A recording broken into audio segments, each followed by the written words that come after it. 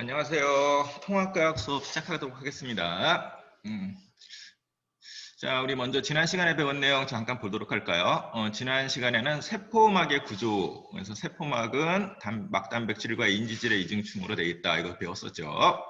그 다음에 선택적 투과성, 그래서 막단백질 쪽으로 이동하는 걸 하고, 그 다음에 그 인지질의 이중충 쪽으로 이동하는 것들이 물질이 다르다 그랬습니다.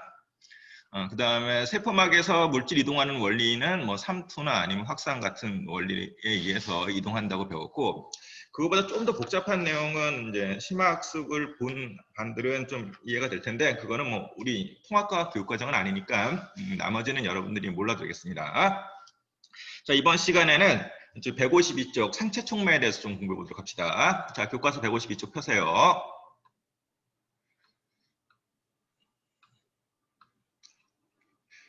자, 이번 시간에 배워야 될 내용은 이제 생체 촉매 단원이니까 뭐 촉매, 생체 촉매 뭐 이렇게 얘기를 하는데, 이걸 통칭해서 이걸 뭐라고 부르냐면 효소라고 부릅니다. 효소. 그래서 효소의 작용하고 역할에 대해서 이제 배우는 게 목적이고, 그거를 좀 배우기 하려면은 뭐 물질 대사의 개념도 좀 이해해야 되고, 활성화 에너지라는 개념도 조금 이해를 해야 됩니다. 이번 시간에는 그래서 학습 목표는 생체 촉매의 역할을 설명할 수 있으면 되겠습니다. 생체 촉매 효소라고 했죠. 자, 지금 이렇게 하면은 좀 어려운데 천천히 이제 좀 수업을 듣다 보면은 뭐 그렇게 어렵진 않을 거예요. 자, 우리 교과서 152쪽 보면은 이 들어가기 단원 있죠? 이걸 제가 설명하는 건 제가 좀 이래요. 젖당이 많이 들어있는 우유를 마시면 속이 더부룩하고 설사 증세가 나타나는 사람이 있는데, 이는 체내에 젖당을 분해하는 소화효소가 부족하기 때문이다. 생명체 내에서 효소는 어떤 역할을 할까 했는데, 이번 시간에 그 학습 목표가 효소의 역할이죠. 효소의 역할. 근데 지금 우유에 뭐가 있다는 거예요? 젖당이라는 게 있다는 거죠. 그럼 젖당을 이제 분해를 해야 되는데 분해가 잘 안 되니까 어떡할까요? 예, 당연히 속이 더부룩하고 설사 증세가 나타나는 거죠. 그렇다는 얘기는 이제 뭐 결론적으로 얘기하자면 효소는 생명체 내에서 일어나는 화학 반응이 빠르게 일어나도록 하는 촉매 역할을 한다는 겁니다. 이걸 이제 배우기 위한 건데, 뭐 요 결론만 갖고는 지금은 우리가 좀 이해하기 어렵고, 이제 조금씩 공부를 해 가면서 최종적으로 학습 목표를 달성하도록 합시다. 자, 이제 우리 필요한 내용은 교과서에 좀 줄을 긋도록 합니다. 자, 생명체 내에서 물질이 분해되거나 합성되는 모든 화학 반응을 뭐라고 그런다? 생명체 내에서의 모든 화학 반응을 우리가 통칭해서 뭐라고 부릅니까? 물질 대사, 이렇게 부릅니다. 자, 우리 물질 대사라는 거 다시 한번 배워봅시다. 생명체 내에서 일어나는 모든 화학 반응을 다 물질 대사라고 불러요. 자, 그런데 이제 화학 반응은 두 종류가 있겠죠. 물질이 쪼개지는 거, 그걸 우리가 분해라고 부르고, 그 다음에 작은 물질들이 합쳐지는 거, 이걸 우리가 뭐라고 부릅니까? 합성, 이렇게 부릅니다. 그러니까 화학 반응은 크게 이제 분해하고 합성 두 가지가 있어요. 인체 내에서 일어나는 화학 반응. 그래서 이제 분해하고 합성 요거에 해당되는 용어가 있는데, 분해된다는 얘기는 큰 게 작아지는 거죠. 그런 걸 우리가 뭐라 그러냐면은 이화작용이라고 부릅니다. 이화작용.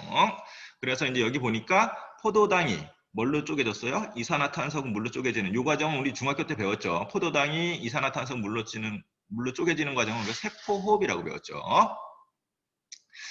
그 다음에 합성되는 과정, 이거를 우리가 뭐라 그러냐면 동화작용, 이렇게 부릅니다.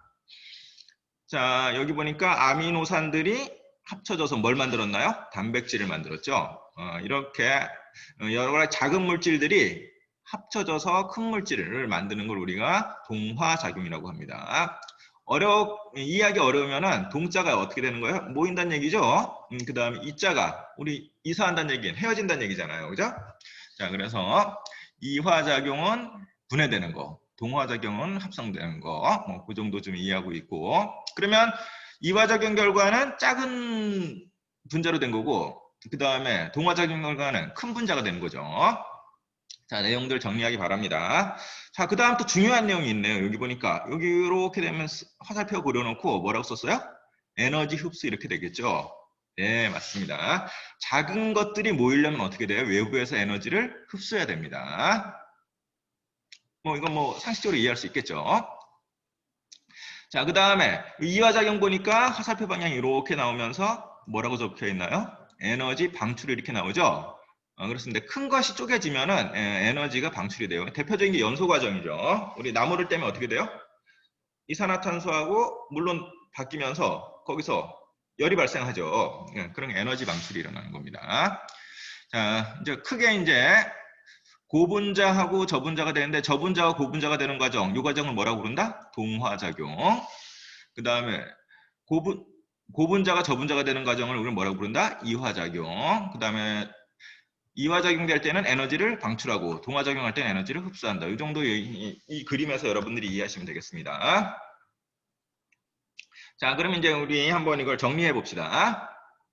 물질대사 필요한 내용은 잠깐 멈췄다가 필기해도 좋습니다. 자, 물질대사는 이제 크게 두 가지 종류가 있다 그랬죠.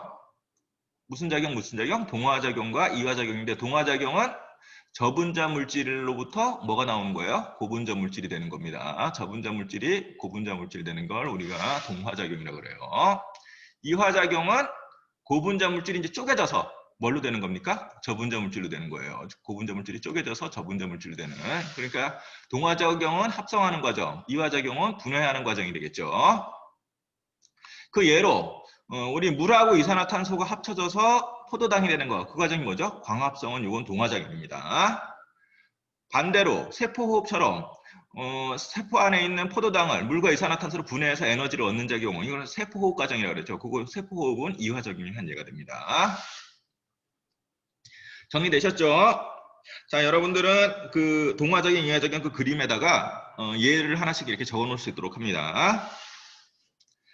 자, 이제부터 좀 중요한 내용 봅시다. 물질 대사가 일어날 때 에너지 출입이 함께 일어납니다. 그래서 동화작용이 일어날 때는 작은 것들이 합쳐져야 되니까 외부에서 에너지를 어떻게 돼요? 흡수해야 됩니다. 그래서 에너지가 흡수가 되고 이화작용이 일어날 때는 결국 큰 거를 쪼개는 건 왜 쪼개는 거예요? 쪼개면서 발생하는 열을 우리가 사용하려고 그러는 거예요. 그래서 이화작용이 일어날 때는 에너지가 방출이 됩니다. 정리됐겠죠? 자, 우리 그 그림에다 잘 필기해 놓으세요. 3. 요게 좀 중요한데 물질 대사가 일어날 때는 반드시 뭐가 관여를 한다? 효소가 관여를 합니다. 효소가. 그러면 어떻게 효소가 관여하는지 우리가 좀 공부를 해야 될 거 아니에요. 그 내용은 우리 153쪽에 있습니다. 그거는 조금 이따 하도록 하고 여러분들이 지금 알아야 될 거는 물질 대사가 일어날 때 반드시 뭐가 관여한다? 효소가 관여한다는 사실을 알고 있어야 됩니다. 자, 그래서 생명체는 물질 대사를 통해 얻은 물질과 에너지를 이용하여 생명 현상을 유지합니다. 결국 물질 대사 왜 하는 거예요? 그렇죠. 우리가 잘 살려고 하는 거죠. 물질 대사를 통해서 생명 현상을 유지하는데 그때 물질 대사를 통해서 얻은 물질과 에너지를 이용해서 생명 현상을 유지하고 그래서 여러 가지 생명 활동 나오는데 뭐 운동을 한다든가 생각을 한다든가 생장을 한다든가 이거 다 뭐와 관련되어 있는 거예요? 물질 대사하고 관련이 되어 있는 내용입니다. 자, 정리됐겠죠? 자, 우리 전 페이지에 있는 내용, 그 다음에 이번 페이지에 있는 내용 중에서 중요한 것들, 우리 그 152쪽에 있는 그림에다가 잘 정리를 좀 해놓으세요. 그러면 게 여러분들이 좀 좋을 것 같습니다. 자, 전 넘어갈게요. 자, 우리 아까 어떻게 설명했나요? 물질 대사가 일어날 때 반드시 뭐가 관여한다? 효소가 관여한다 그랬었죠? 그래서 이제 이번 시간에 좀 효소에 대해서 좀 알아보도록 하는데 자, 우리 물질 대사가 뭐라 그랬어요? 그렇죠. 물질 대사는 생명체 내에서 일어나는 화학 반응을 물질 대사라 그랬죠? 자, 그래서 이제 우리가 생명체 내에서 이제 화학 반응이 일어난다고 얘기를 하는데 그럼 화학 반응이 일어나려면 어떻게 되느냐? 우리 그냥 화학 물질들이 있다고 해서 그것들이 다 반응이 일어나진 않잖아요. 자, 그래서 우리 교과서에 잠깐 내용이 정리되어 있는데 선생님이 한번 읽어보면서 여러분들도 한번 정리해 보세요. 화학 반응이 일어나려면요. 물질이 있으면 그 물질들이 충돌을 해야 됩니다. 근데 가만히 있는 물질들이 충돌하지는 않겠죠. 그렇죠. 그러면 일단 화학 반응이 일어나려면 어떻게 돼요? 그 관여하는 분자들끼리 어떻게? 에너지를 좀 얻어와야 됩니다. 에너지를 얻어서 화학 반응이 일어나면 일정량 이상의 에너지를 가진 분자들이 충돌을 해야 되니까 그 일정량 이상의 에너지를 어떻게 돼요? 외부에서 가져와야 돼요. 이해되겠습니까? 그래서 화학 반응이 일어나려면 어떻게 된다? 이 충분한 양의 에너지가 공급이 돼야 돼요. 자, 여기까지 여러분들이 좀 이해했으면 좋겠습니다. 첫 번째, 화학 반응은 일정량 이상의 에너지를 가진 분자들이 충돌하여 일어나므로 화학 반응이 일어나려면 충분한 양의 에너지가 공급이 돼야 됩니다. 자, 그러면은 화학 반응이 진행되는 데는 충분한 에너지가 공급돼야 되는데 그때 필요한 최소한의 에너지, 이걸 우리가 뭐라고 부르냐면은 활성화 에너지라고 불러요. 활성화 에너지. 자, 새로운 용어가 나왔네요. 활성화 에너지라는 용어가 나왔습니다. 됐죠? 자, 이제 여기까지 이제 내용 정리하면은 화학 반응이 일어나려면 분자들이 충돌로 일어나는데 그 충돌을 하기 위해서는 어느 정도 에너지를 외부에서 공급을 해줘야 된다. 이때 공급해줘서 충돌이 일어날 수 있는 최소한의 에너지를 뭐라고 부른다? 활성화 에너지라고 부른다. 그럼 화학 반응이 일어나려면 어떻게 되나요? 그렇죠. 활성화 에너지 이상을 우리가 공급을 해줘야 되는 겁니다. 자, 교과서 153페이지에 필요한 내용 줄 긋길 바랍니다. 자, 그래서 보통 이제 반응이 일어나는 게 이제 왼쪽 그림이에요. 자, 왼쪽 그림인데 반응물이 있으면 반응물이 바로 이렇게 생성물이 되진 않아요. 화학 반응에 반응물이 있고 생성물이 있는데 반응물이 바로 생성물이 되진 않고 반응물끼리 충돌을 해야 되기 위해서 이 반응물에다 뭘 줘야 됩니까? 그렇죠. 이만큼의 에너지를 줘야 되는데 뭐 이런 에너지, 이만큼의 에너지를 줘도 되고 뭐 이거보다 더 큰 에너지를 줘도 되겠죠. 근데 그 중에서 얘가 반응할 수 있는 최소한의 에너지를 이걸 우리가 뭐라고 부른다? 활성화 에너지. 이만큼의 활성화 에너지가 되는 거예요.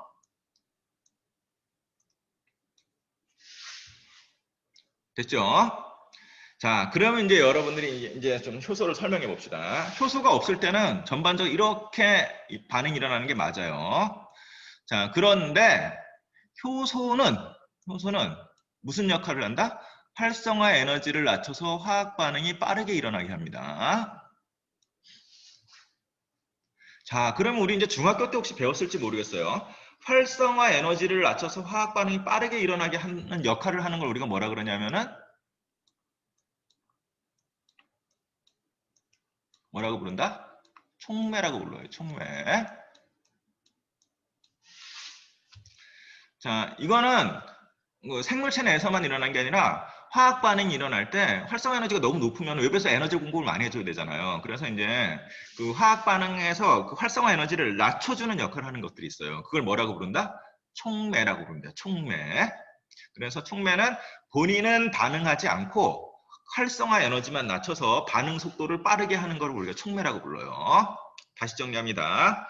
본인은 반응에 참여하지 않고 활성화 에너지를 낮춰서 화학 반응을 빠르게 일어나는 걸 촉매라고 해요.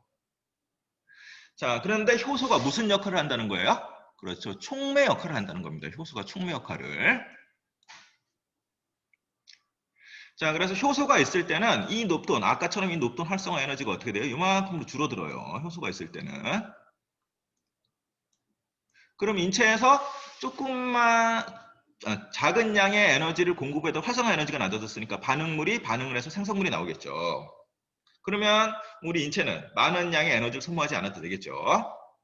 자, 이해됐나요? 자, 그래서 효소가 있을 때하고 없을 때 보면은 자, 이 활성화 에너지가 크기가 다르죠. 자, 그래서 이제 좀 정리를 하면은 효소는 그 촉매 역할을 하는 거는 화학적으로 많이 만들어냅니다. 우리 화학하는 사람들이 제일 연구를 많이 하는 게 뭐예요? 활성화 에너지를 낮춰서 반응을 빠르게 일어나게 한 촉매를 개발하는 게 화학하는 사람들이 제일 그 연구에 몰두하는 것 중에 하나예요. 그런데 우리가 효소라고 부르는 거는 효소는 어디에서만 합성이 되는 거다? 효소는 생명체 내에서 합성이 되는 거, 생명체 내에서만 합성이 되는 촉매를 우리가 뭐라 그런다? 효소라고 부른다. 효소. 생명체 내에서만 합성되기 때문에 뭐라고 부른다? 생체 촉매라고도 하고, 이 생명체 내에서 합성되는 생체 촉매를 우리가 통칭해서 뭐라고 부른다? 효소라고 불러요. 효소.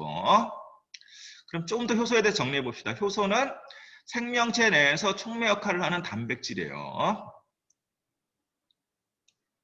자, 이제 정리가 됐을 거예요.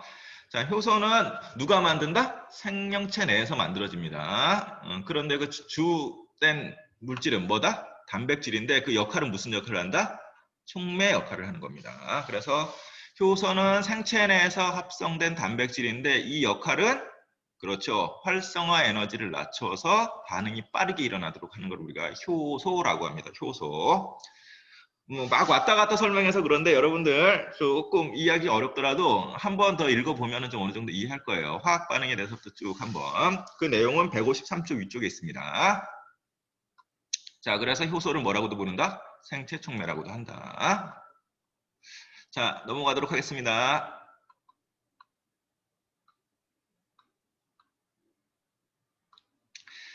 우리 교과서에 보면은 153쪽에 창의력 키우기가 있죠. 효소가 있을 때 없을 때 활성화 에너지 차이를 실생활에서 경험할 수 있는 현상으로 비유하여 설명해 보자 했는데 뭐 좋은 예인지 모르겠는데 자, 산 위를 넘는 도로를 통과할 때 산을 이렇게 넘어야 돼 차가. 그러면 산을 이렇게 넘으려면은 이 산 위에 있는 도로를 쭉 타고 넘어가야 되겠죠.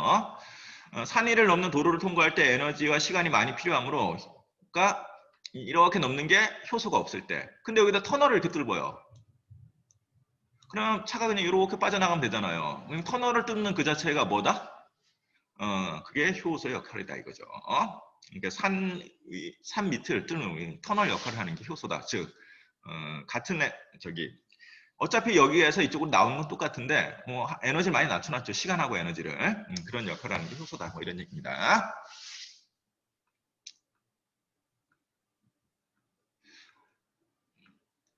자, 식물의 강합성, 대장균의 포도당 분해, 그 다음에 아메바의 분열. 이거 전부 다 뭐예요? 물질대사죠? 우리 몸에서 일어나는 전부 다 화학 반응이니까 물질대사예요. 물질대사니까 당연히 모든 물질대사는 뭐가 관여한다 그랬어요? 효소가 관여한다 그랬죠. 효소가. 그래서 우리 몸에서 일어나는 대부분의 물질대사, 대부분이 다라고 생각해도 돼요. 대부분의 물질대사는 다 뭐가 작용을 한다? 효소가 작용을 하는 겁니다. 효소가. 그러다 보니까 생물을 좀 깊게 공부하면 어떻게 되겠어요? 여러분들이 이 효소 많이 외웠죠? 우리 소화효소 많이 외웠죠? 중학교 때는. 밥 먹어서 이제 젖당을 분해하는 걸 뭐라고 그런다? 엿당을 분해하는 거를 뭐 아밀라제, 그다음 단백질 분해하는 거 트립신 뭐 이런 거 배웠죠? 예, 그것도 다 효소예요, 효소. 그런 효소들이 다 우리 관여를 하는 겁니다. 모든 생명 활동에. 자, 우리 154쪽 봅니다. 154쪽. 자, 154쪽 보니까 이런 그림이 나와 있네요. 자, 이제 봅시다. 자, 과산화수소는 독성 물질이에요. 그래서 이거 과산화수소 그대로 우리 몸에 갖고 있으면 안 되죠. 그래서 과산화수소를 우리가 뭘로 바꿔야 돼요? 물하고 산소로 바꿔야 됩니다. 근데 암모니아 독성가스죠. 이산화탄소, 노폐물이죠. 이런 것들 다 갖고 있으면 안 되죠. 몸 밖으로 배출하기 위해서 암모니아, 이산화탄소를 우리 몸에서 어떻게 한다? 요소로 바꿔서 몸 밖으로 배출하죠. 그 다음에 알코올을 섭취를 했어요. 알코올 섭취했으면 알코올 그대로 우리 몸에서 다 다니면 안 되겠죠. 알코올도 어떻게 돼요? 이산화탄소하고 물로 분해를 해야 됩니다. 그러면 과산화수소가 물하고 산소로 바뀌던 암모니아하고 이산화탄소가 요소로 바뀌던 알코올이 이산화탄소가 물로 바뀌던 다 물질대사죠. 이런 물질대사엔 다 뭐가 작용한다 그래요? 효소가 작용하는 겁니다. 그래서 간에서는 자, 그래서 교과서 보면 그림은 사람의 간에서 효소에 의해 조절되는 물질대사 일부를 나타낸 간이 뭐 이것만 하는 건 아니고 더 많은 게 있는데 그중에 한 3가지 대표적으로 예를 들었는데 보니까 좀 특이한 게 보이네요. 과산화수소를 물하고 산소로 바꿀 때는 무슨 효소가 관여하나요? 카탈레이스라는 효소가 관여합니다. 암모니아하고 이산화탄소를 요소로 바꾸는 것은 무슨 요소가 관여해요? 요소 합성 효소가 관여합니다. 그 다음 알코올을 이산화탄소 물로 분해할 때는 무슨 효소가 있어요? 알코올 분해 효소가 있죠. 그러니까 간에서는 효소가 하나가 나오는 게 아니라 여러 가지 효소가 있어서 이 여러 가지 효소들이 역할이 전부 다 다른 거예요. 그래서 각각의 효소들의 역할로 우리 몸에서 일어나는 화학 반응이 빠르고 적은 에너지를 쓰면서 이렇게 이루어질 수 있습니다. 자, 우리 이제 154쪽 정리하는 내용들이 있죠. 저는 좀 빨리빨리 하고 넘어갈 테니까 여러분들은 필기 좀 잘하세요. 자, 공장에서 요소를 만들 때에는 높은 열을 가해야 하지만 사람의 간세포에서 체온 범위의 낮은 온도에서도 요소가 만들어진다. 극과다르를 설명해보자 했는데 실제로 대량 생산할 때는 높은 압력하고 열을 이용합니다. 근데 사람한테 높은 압력과 열을 할 수는 없죠. 그렇다고 해서 몸속에 암모니아를 계속 가지고 있을 수는 없잖아요. 요소를 만들어서 배출해야죠. 자, 그런데 사람의 그런 역할을 하는 게 사람의 간세포에는 뭐예요? 요소 합성 효소예요. 요놈을 왜 생체 요소를 몸에서 만들었는데 이게 왜 중요하냐면 이 요소 합성 효소는 어디에서 이제 주로 활동을 하냐면 온도 범위가 어느 범위요? 체온 범위에서 활동을 해요.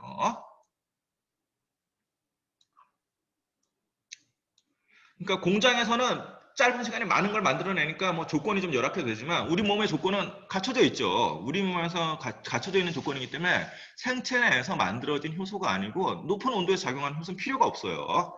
자, 그래서 사람이나 생명체들이 만들어내는 효소들은 다 체온 범위의 낮은 온도에서 요소를 생성하는 반응이 일어나게 해주는 겁니다. 요소합성 효소는. 그러니까 전반적으로 얘기하자면 사람 몸에서 만들어내는 효소는 36.5도에서 그거보다 조금 높은 온도인데 실제로 그 온도에서 제일 활성화 에너지를 낮춘다. 잘 반응한다. 이렇게 생각하시면 되겠습니다. 그래서 우리 촉매의 역할, 생체 촉매 효소의 역할은 우리 몸의 온도에서 화학 반응을 빠르게 일어나게 해주는 역할을 한다. 이렇게 생각하면 되겠습니다. 자, 그 다음 과산화수소수가 들어있는 삼각 플라스크에 소의 생간을 넣으면 거품이 발생한다. 극과다르를 사람의 간에서 작용하는 효소와 관련지어 토의해보자 했는데 지금 과산화수소가 들어있는 삼각 플라스크에 지금 여기 삼각 플라스크가 있고 자, 여기 뭐가 들어있어요? 과산화수소에 대해서는 다음 시간에 한 번 더 하도록 하겠습니다. H2O2 과산화수소예요. 그러니까 H2O가 물이죠. 물보다 산소가 하나 더 많은 거예요. 그러니까 산소가 과하게 있다 이래서 과산화수소수라고 이름 붙입니다. 자, 여기다 지금 뭘 집어넣은 거예요? 여기다 지금 뭘 집어넣었어요? 이렇게 소의 생간을 집어넣었다는 겁니다. 소의 생간을 집어넣었어요. 그랬더니 여기 뽀글뽀글 잘 못하겠네. 이렇게 해서 뭐가 일어나고 있다? 거품이 이렇게 일어난다는 겁니다. 자, 극과다르 그런데 갑자기 문제는 극과다르 사람의 간에서 작용하는 효소와 관련돼서 토의해보자 했는데 그렇다는 얘기는 소의 생간을 과산화수소에 집어넣으면 거품이 발생하니까 이 거품은 많이 녹아 들어가 있는 산소가 이제 빠져나오는 겁니다. 그래서 물하고 산소로 이제 분해가 되는데 극과다르를 사람의 간에서 작용하는 효소와 관련지어 토의해보자 했으니까 사람의 간에서도 그런 효소가 있죠. 근데 여기다 사람 간을 집어넣을 수는 없으니까 이제 소의 간에서 이제 만드는 게 집어넣어도 똑같이 효과가 나타나요. 그렇다는 얘기는 소의 간에 있는 거나 사람의 간에 있는 거나 그 효소는 어떻다는 얘기예요? 같다는 얘기입니다. 그래서 과산화수소에 소의 생간을 넣었을 때 거품이 발생하는 까닭은 소의 생간에는 사람의 간에서 작용하는 카탈레이스가 있는데 그러니까 소의 생간에 있는 거나 사람의 간에 있는 거나 다 효소가 뭐로 똑같다는 거예요? 카탈레이스라는 효소라는 겁니다.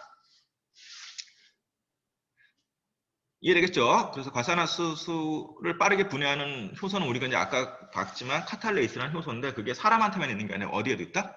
소한테도 있다는 겁니다. 소의 간에도. 그래서 카탈레이스에서는 과산화수소가 빠르게 일어나서 많은 양의 산소가 발생하기 때문에 여기 소의 생간에서 소의 생간을 넣은 과산화수소에서 거품이 많이 발생하는 걸로 봐서 소의 생간에도 사람의 간하고 똑같은 뭐가 있는 거다? 카탈레이스가 있는 거다. 그런 얘기를 하고 있는 겁니다. 이해되겠죠? 자, 그 다음 또 봅시다. 카탈레이스는 과산화수소를 분해하지만 알코올은 분해하지 못한다. 극과다르 그림을 참고하여 써보자 했네요. 자, 여기 이제 보면은 여기 카탈레이스가 있고 여기 과산화수소 알코올이 있어요. 자, 이렇게 효소와 반응하는 걸 우리가 뭐라 그러냐면은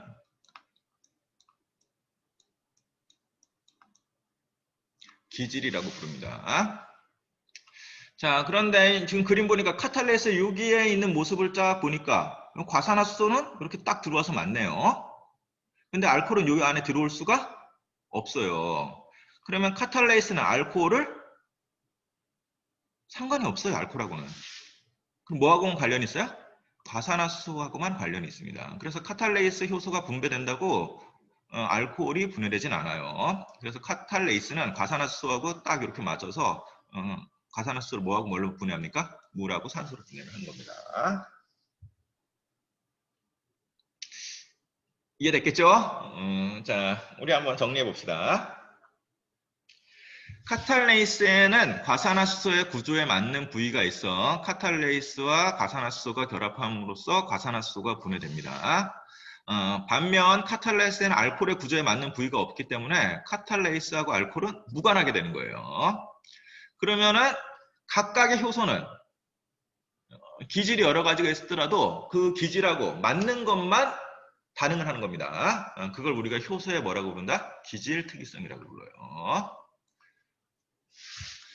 모든 효소가 모든 기질에 다 반응은 하는 게 아니고 효소하고 기질이 맞는 것들이 있어요. 그래서 기질 특이성이 그걸 효소의 기질 특이성이라고 부르고 그런데 과산화수소를 분해하는 효소는 어떤 거다? 카탈레이스인데 카탈레이스에는 뭐하고 구조가 맞는다? 과산화수소하고 구조가 맞는 부위가 있다는 겁니다. 자, 정리됐겠죠?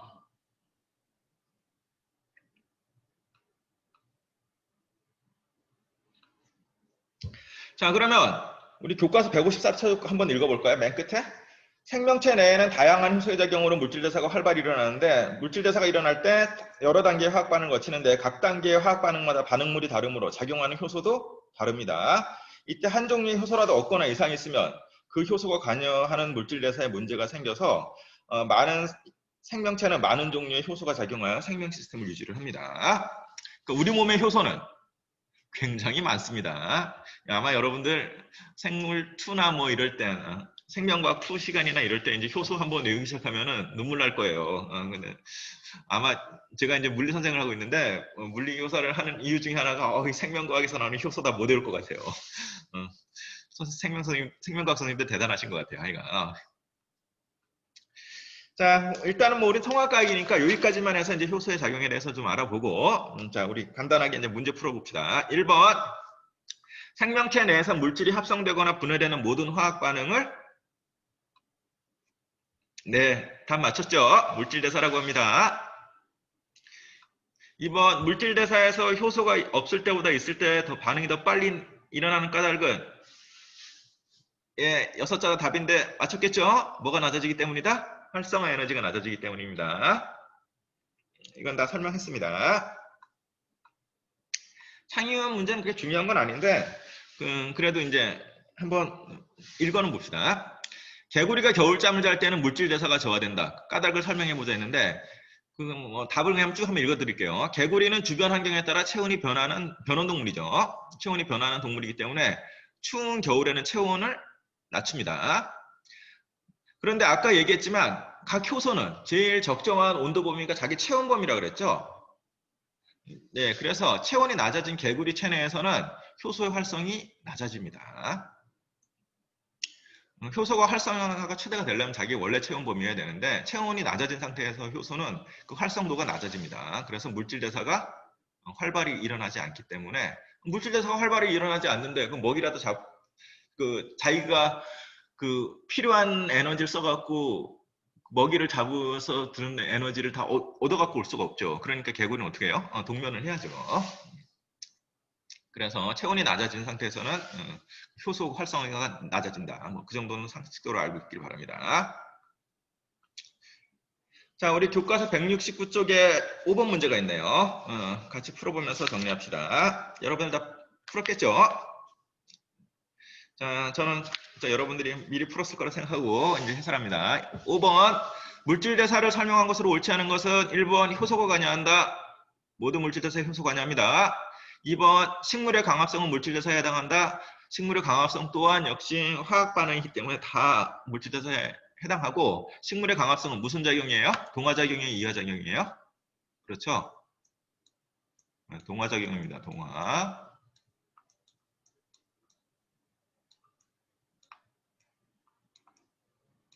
아, 글씨 쓰기 어려워요, 마우스로. 3번 생명 시스템의 유지에 필요한 화학 반응입니다. 물질대사의 정의죠. 4번 물질대사가 일어날 때 에너지 출입이 있죠. 있는데 동화작용이 일어날 때는 어떻게 한다 그랬어요? 에너지를 흡수하고 이화작용이 일어날 때는 에너지를 방출한다 그랬죠. 5번 생명체 내에서 단백질이 아미노산으로 분해된다. 큰 게 작은 걸로 쪼개지는 과정이네요. 그럼 당연히 이화작용이겠죠. 자, 그래서 해설 읽어보면 물질대사는 고분자를 저분자로 분해하는 과정이 이화작용과 저분자로부터 고분자를 합성하는 과정이 동화작용으로 구분하고 물질대사가 일어날 때 반드시 에너지가 출입이 일어납니다. 그리고 모든 물질대사에 뭐가 관여한다? 효소가 관여한다. 이렇게 알고 있으면 되겠습니다. 아, 끝났네요. 이번 시간 정신없이 많은 거 설명했는데 여러분들 이번 시간 내용은 중요해요. 중요한데 한 번에는 이해 안 되고 이번 시간 듣고 다음 시간 듣고 또 그 다음 시간 듣다 보면 그거구나 하고 좀 이해가 될 거예요. 그렇더라도 여러분들은 책에다 정리를 한 번씩 꼭 해보도록 하세요. 자, 이번 시간 수업은 마치도록 하겠습니다. 다음 시간에 뵙겠습니다.